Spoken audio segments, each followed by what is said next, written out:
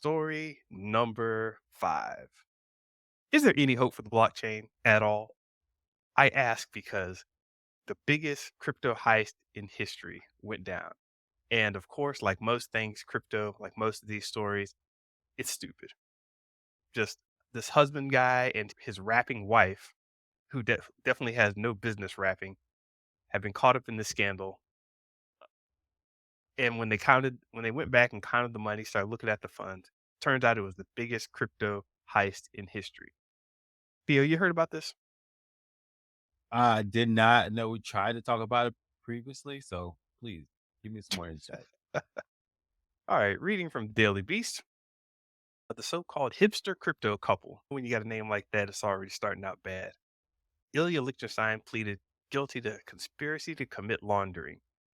A federal count carrying up to 20 years in prison. And his wife, an aspiring rapper Heather Morgan, pleaded guilty to one count of money laundering. The pair were arrested last year on charges related to the 2016 hack of Bitfinex, Hong Kong-based cryptocurrency exchange. Roughly 120,000 Bitcoin had been stolen. I'm going to stop right there. 120,000 Bitcoin had been stolen, and they were only able to cover about 95,000 of those Bitcoin. Hmm. 120,000 Bitcoin were stolen, and they were only able to recover 475 million out of the 3.6 billion, Hmm. roughly. So there's a couple numbers they're throwing around here. So be sure to go back and check the numbers for yourself. But yeah, in all total, it's a 4.5 billion crypto heist, and it's why is this still a thing? Like these randoms are just running around getting people's crypto, starting up companies, doing press conferences, throwing out white papers. Suddenly they've got all this money flowing to them. Next thing, can't get your money out. It's the same old story, and it has me wondering: is there anything good that can come out of this whole blockchain crypto NFT thing? And I think so, but I've gotten a lot of pushback, and I just want to know what you think. Yeah, man. Yeah, it's terrible. It's terrible. Yeah, I just did the numbers. It's what $25,000. So yeah, $25,000 for a Bitcoin right now. That much Bitcoin, you are looking at close to $4.5 billion, and just crazy, man. But to your bigger point, is there any value in blockchains and technology? So I think initially it was like, hey, blockchain is a technology. And to your point, people were exploring the technology and what's possible. And then they started getting into the finance part of it. And that's when everything went haywire. So I do feel like blockchain, Bitcoin, and those other coins out there, stable coins, I think there's probably no value now. We've proven that time and time again, from FTX to Coinbase is having issues now because of there's the need for some kind of centralization to keep things stable. When you don't have anything, this decentralization of money, I don't think it's a myth, right? It doesn't exist. And so they're having to walk that back.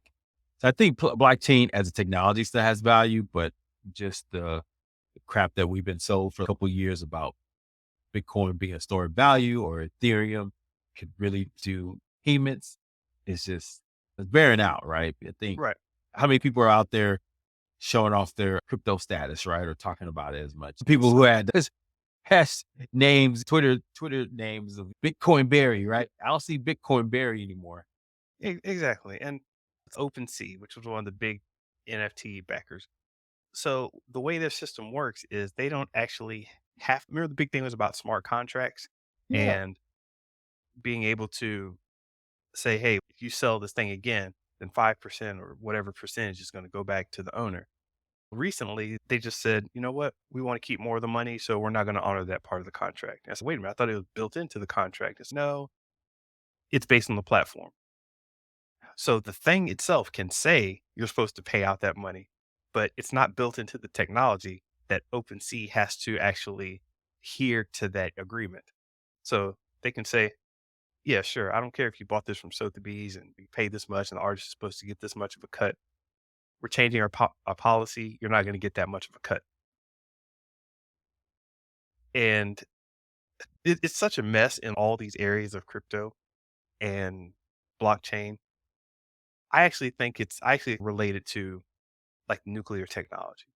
or any technology basically. You have this technology of something like nuclear fission, and you can create bombs with it, or you can create power plants. People need the power plants. We have a couple of them out here by San Diego, but no one really wants to push nuclear because of all the bad connotations with it. So it's just very weird, and I hope blockchain actually gets itself together because I think it's a great idea, but yeah, it's just Yeah, I'm just reading about what you just said about the creator royalties and stuff like that, that they're stopping that. OpenSea is, and how everybody's up in uproar about that. It's just, yeah, man, that was the vision of NFTs, be able to always pay the original artist and all the person who created it. yeah, And now one of the bigger sites that pushes NFTs is saying, nah, we ain't gonna give you royalty fees no more. August 31st, that's done. But yeah, man, it's definitely frustrating to see this happening. And we talked about big a couple years ago. Everybody was about it. What, Bitcoin, blockchain, and Bitcoin. Then we evolved that to the NFTs. Heck, Facebook doesn't even talk about it anymore. And they renamed their name Metaverse, right? Or Meta yeah, to phase in that. And so now the next thing is AI, right? And even that, to be honest with you, I'm seeing some blowback now, right? With your beloved Bing, I'm seeing is not getting as much market share because of their embeddedness of AI system. And also Chat GPT is also dying down a little bit with the number of users on it. So yeah, all these big technology woo-woos, it's just, I go back to Adam Comover, who we talked about in this pod. He said that AI was a hype machine, marketing hypeness. And he related that to the metaverse, to Bitcoin, and says a long line of hustle plays by the tech business industry. He may not be wrong in this because it does seem a lot of it's just trying to drum up interest, market. We talked about this before the pod, right? mm, They have folks who are selling things like bread, building brands off of selling sliced bread, which has been around since the 1500s. yeah. So Nothing innovative. Just "Hey, bro, I got some bread." And this is what tech is doing, is well good at, right? Creating a marketing frenzy around technology that may or may not be valuable or worth it in our daily lives. So anyway, blockchain, Bitcoin, yeah, man, we'll see where it goes. Yeah, we shall see. Anything else, man? Because this whole blockchain thing, I'm just going down the rabbit hole again. Chat GPT, Don't Chat do it. GPT. I'm reading this headline: Chat GPT's fate hangs in the balance as OpenAI reportedly edges closer to bankruptcy. It's like I get it because anytime you have a bubble or a surge of activity, there's only going to be a few outliers that actually make it, and then everybody else falls off. Like we're still seeing the end of that from the dot com era, where it was like there were thousands of dot coms, but you only know about your eBays, your not even Yahoo. You hear me messing up like that? Yahoo. Nobody knows what Yahoo is. Google, Amazon.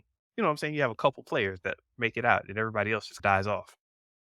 So we're seeing that much faster, where you have these bigger bubbles and more people falling off faster. Well, I don't and then know. and each bubble we learn more and more. So I think the issue with AI is, and we're seeing that with the Hollywood strikes, people are like, wait a minute, how's it learning? How's it getting so smart? It's taking my hard-earned information for free? Oh, hell no. And the writer strike, that's one of the things they're talking about. That's one of the things, actors, right? The images and likeness.